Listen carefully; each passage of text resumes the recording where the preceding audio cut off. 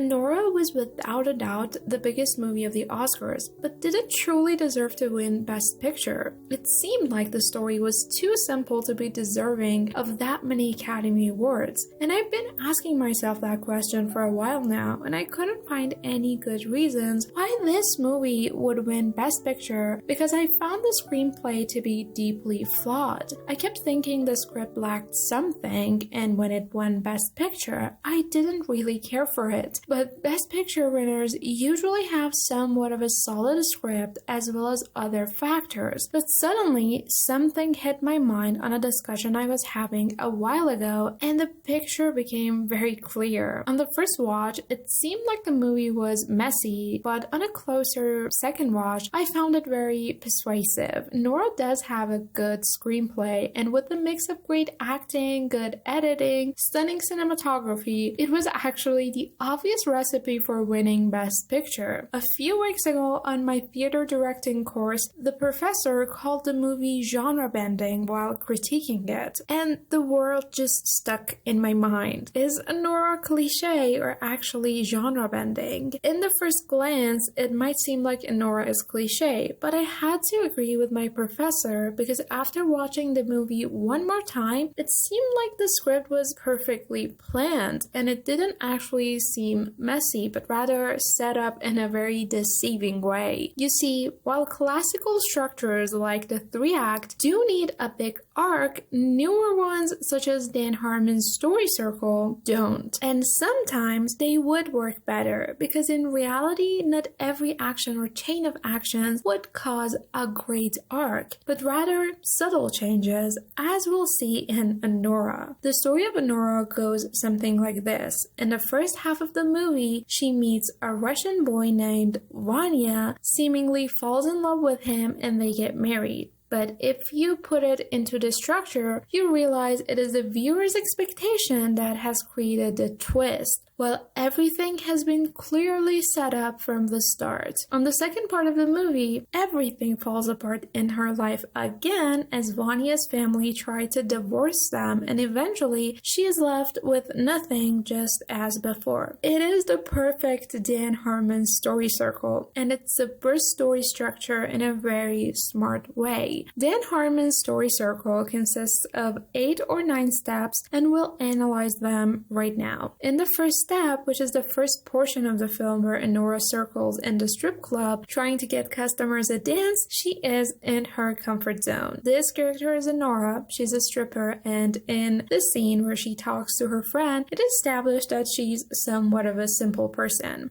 As she states, she's a hard-working girl, something that's very important in the story and the grand theme of the American dream. Then we are introduced to her want. She wants out of this life that she has, and the way she sees it is by gaining a lot of money. This is why she sees Vanya as a get-out card. The next step of the structure is an unfamiliar situation. After meeting Vanya, Annie is immediately sold on the dream of meeting someone who can change her life. But this isn't a love story. She only gaslights herself later because of how easy Vanya can get her to her dreams. The second time Annie goes to Vanya's house, they fuck for like 2 seconds. Vanya then starts playing video games, not even paying attention to her. And Annie suggests another round, not because he's so effing great at it, but because she wants him to want her. Does that make sense? And this is her reaction after Vanya finishes again in like 10 seconds in the second round. Does this seem loving to you? No, and Annie isn't going to him for his charming character either. And will you miss me or my money, bled? Well, your money, bled. As she tells her friends, right after Vanya tells her how rich he is, the money does play a big role in her head. Annie sees Vanya as this wish-granting machine, a very transactional way, you might say. They don't even know each other. She wants money, he wants sex, and that's okay for both of them right now. This is the next step. She's adapting to this new situation and supposedly making the best out of it. But seeing Vanya as a wish-granting factory will only grow bigger, which is shown by charging him more on the New Year's. I have holiday rates. The dream now is getting bigger in her mind. Again, this isn't how a love story goes. Vanya literally tells her to be his horny girlfriend for a week, and the taste of money is going well for Annie, so she doesn't mind selling herself for it at all. It can be worth it if she gets her dreams on the other end. The reality was that Anora was bought to be a fake girlfriend for a week, and the idea to get married and stay in America should be read as a warning. Бля, я волнуюсь, на русском скажу. Что?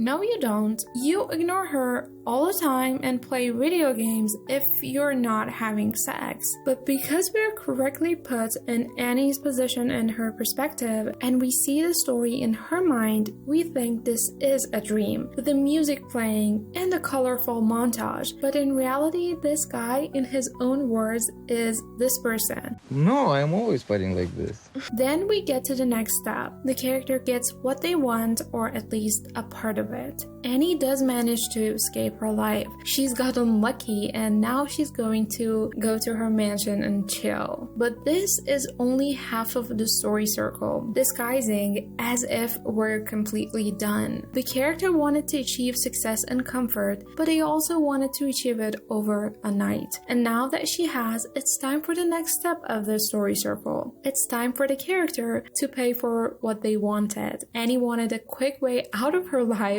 Turns out that wasn't working at all. She's gonna be quickly pushed back into the life she had. This step happens directly because of the decisions that the character made to get what they wanted. This is where the genre bending aspect of Anora happens. Sean Baker has extended this step to take the majority of the story time. Something that seemed like a Cinderella story in the surface now has turned into a disaster. We get stuck in this phase for a while with a simple but powerful storytelling tool, and that's the fact that there's another story circle put in this little section of the story as well. Funny thing is, when I was watching Anora for the first time, I thought the situation with Vanya's parents takes way too much time, but now looking back, I think that Sean Baker has emphasized the fact that this dream was broken and he has done it in a beautiful way with this decision. Anora wants to find Vanya and fight against Vanya's parents, and I'm going to explain why there's another mini arc in detail, but to put it shortly, Vanya runs away, and there's where Annie gets her new wand. For finding him, she has to go with these strangers, and she adapts to the situation. After a while, she accepts the scarf as an act of peace. Then they find Vanya, only to realize he doesn't give a fuck about her. This is how she pays. It was only a dream for her that didn't exist. It takes her a while to come to the realization, though. She believes her relationship is strong enough to overcome whatever is happening to them. In the grand structure, this is where the character pays for what they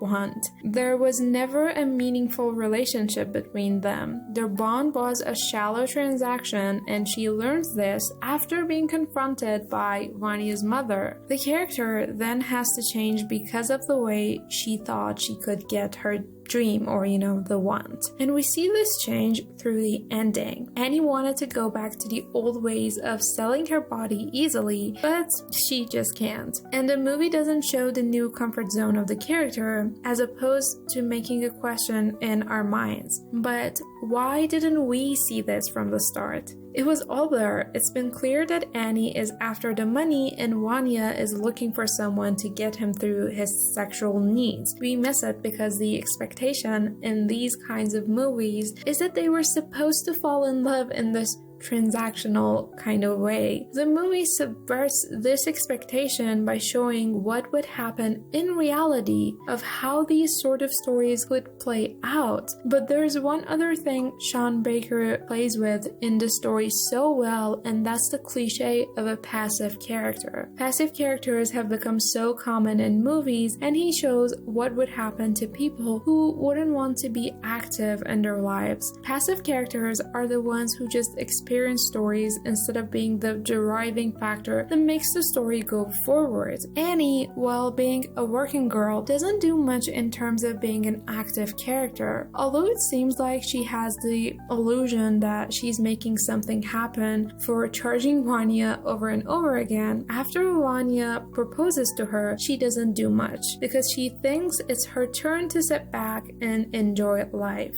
The movie then takes the rest of its runtime to show how destructive this can be. Other people in our life shouldn't be the means of making our dreams come true. While Annie sees Vanya this way, Vanya only wants a way to stay in America and also to piss off his parents. And that's how she pays for being passive. Although she has gained some money, it seemed like that she's completely broken inside. That's all I have for this video, but if you enjoy more storytelling content, I personally recommend that you give this video about minimal structures a try, and I'll see you next time.